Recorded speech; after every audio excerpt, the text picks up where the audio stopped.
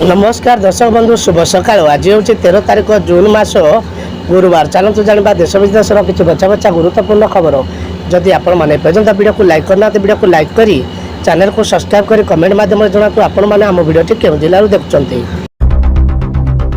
आज राज्यर मुख्यमंत्री भाव शपथ नहीं सारी मोहन माझी भुवनेश्वर जनता मैदान में शपथ ग्रहण करपरि उपमुख्यमंत्री भाव शपथ नहीं केबी सिंहदेव और प्रभाती परिड़ा।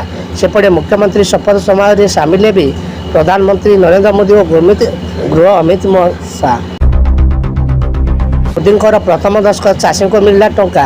चाषी खुशी खबर देश में कोटी कोटी चाषी आकाउंट को गला टंका।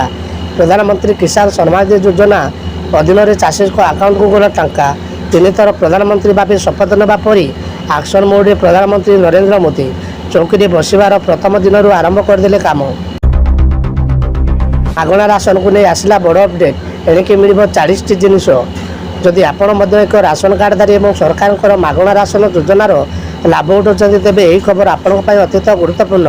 वास्तव में साधारण क्षेत्र में ब्लॉक अंचल सस्ता राशन पैकेट व्यवसाय आरंभ हो। ग्रामवासी दैनंदिन जिनिस किणापी किराणी दुकान को जावाक पड़ो ना। ग्राहक को झटका पुणी बढ़ला पेट्रोल डीजेल मूल्य। जानतु आज केते रही दर। तैल कंपानी गुड़िकर प्रतिदिन सकाल 6टार पेट्रोल और डीजेल तेल मूल्य अपडेट करती। पेट्रोल और डीजेल मूल्य आज अर्थात 12 जून प्रकाश पाई। देशर समस्त सहर से मूल्य भिन्न भिन्न रही है। से परिस्थिति में ड्राइविंग गाड़ी टांकी भरला पूर्व सर्वशेष हार जांच करने आवश्यक। सरकार कर्मचारी खुशी खबर 4% दिए बढ़ाइले सरकार। सरकार कर्मचारी राज्य सरकार एक खुशी खबर देते। लोकसभा निर्वाचन फलाफल घोषणा पर सरकार कर्मचारी को सरकारी भेटी देते। श्रीमंदिर चारिद्वार दूर दर्शन दुर्दशा हटब। महाप्रभुकर दर्शन कटकला भीड़ कम दूर एवं जंत्रणा। चारिद्वार में प्रवेश करेंगे रत्नसिंहासन श्रीजों मनखोला दर्शन करेंगे श्रद्धालु।